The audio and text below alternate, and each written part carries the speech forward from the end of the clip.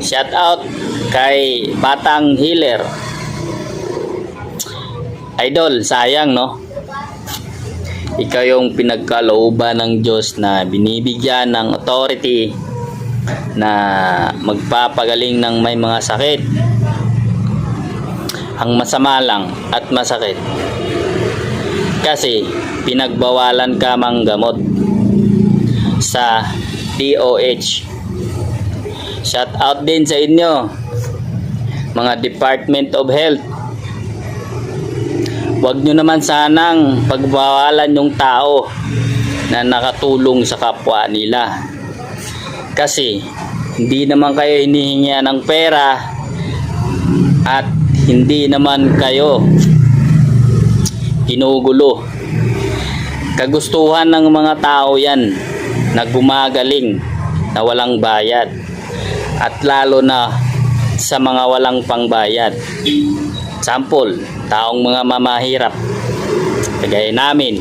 Pag kami ang nagkakasakit, bakit aasikasuhin nyo ba kami pag wala kaming pera? Diba? Hindi.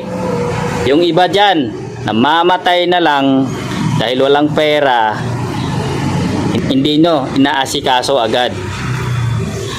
Tapos ngayon, pag may isang tao na pinagkalooban ng Diyos na manggaling na may sakit, na napakalaking tulong kagaya namin na hirap, pinagbawalan nyo. Bakit nyo pinagbawalan? Tandaan nyo, ang taong nakatulong sa mga mahirap, wala kayong karapatan dyan na pagbawalan. Bakit di nyo uusigin yung mga nakaupo sa gobyerno na milyon-milyon ang ninakaw nila? Yun dapat ang ipaglaban natin, na sila dapat ang patalsikin natin. Kasi alam nyo kung bakit. Pundo ng PhilHealth nakaraang taon ubos. Tapos sa mga may mga sakit at pumunta dyan sa ospital na magpagamot sa inyo, paano na lang kung walang pundo ang PhilHealth at walang mahugot na cover sa inyo? At ngayon pagbawalan nyo sila, na binigyan ng pagkakataon yan sa Diyos Ama natin na magpagaling on the spot, dapat bonus na lang sa kanila yan. Pasalamat na lang sa kanya yan na may taong tumutulong sa mga mamahirap. Kaya nga, shout out lang sa inyo, no, DOH, no. Ano pares? Sana wag nyong pagbawalan yung taong yan, kasi malaking tulong sa mga mahihirap yan. At sana pagbigyan nyo ang mga taong ganyan. Alam mo kung bakit? Kung malaking kawalan man sa inyo, na mawalan kayo ng medicine at mawalan kayo ng kita, dapat isipin nyo rin ang mga taong mga kabus. Kasi hindi lang lahat ng nagpapa-hospital ay kayang bayaran. Paano na lang ang hindi nila kayang i-provide yung mga expenses sa gamot nila, gamot nyo na niresita sa inyo na mahal? Tapos kung may taong ganito pagbabawalan nyo, okay lang ba kayo? Baka sarili nyo lang iniisip nyo, hindi nyo iniisip ang kalagayan ng iba.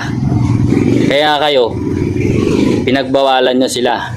Pakiusap lang naman sana, sinong nakaupo dyan sa gobyerno na malaking ulo, kung nakita mo to, at sana si Batang Healer, huwag kang pumayag na hindi ituloy-tuloy ang paggagamot ng taong yan, kasi maraming natulungan yan at maraming nagpapasalamat sa kanya kasi nga gumagaling sila.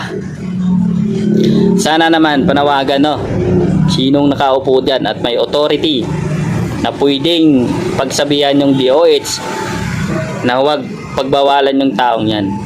Kasi alam mo kung bakit? napakalaking bagay at tulong para sa amin yan, mga mahirap, na may mga taong nagpapagaling sa mga bawat sakit, sa bawat mga taong lumalapit sa kanya. Shout out sa'yo, idol. Congrats. Alam mo kung bakit? Hanga ako sa'yo. Sa lahat ng manggagamot na nakilala ko, ikaw yung pinakamalupit. Kasi alam mo kung bakit? Binabanggit mo Diyos Amahan, Diyos sa tanang Diyos, Hari sa tanang Hari, at nagtatapos ka sa pangalang Hesukristo. Wala nang makatalo sa iyo. Kasi lahat na binabanggit mo ang kapangyarihan ng Diyos. At halatang halata na biniyayaan ka at binigyan ka ng authority na manggagamot sa mga mahirap. Kaya congrats sa iyo at shout out sa iyo, DOH, no. Sana huwag mo nang pagbawalan ang taong yan. Kasi sayang. Kung gusto nyo namang gumawa ng mga bagay-bagay, eh pwede na lang kayong sumama sa mga protesta. Paglaban natin ang pang-abuso sa mga taong bayan. Abuso na masyado ang nakaupo ngayon. Ano sasabihin nyo? Na buwis na tapat, tagumpay nating lahat. Mali yan. Dapat sabihin nyo, buwis na tapat para lang pala sa mga buaya lahat.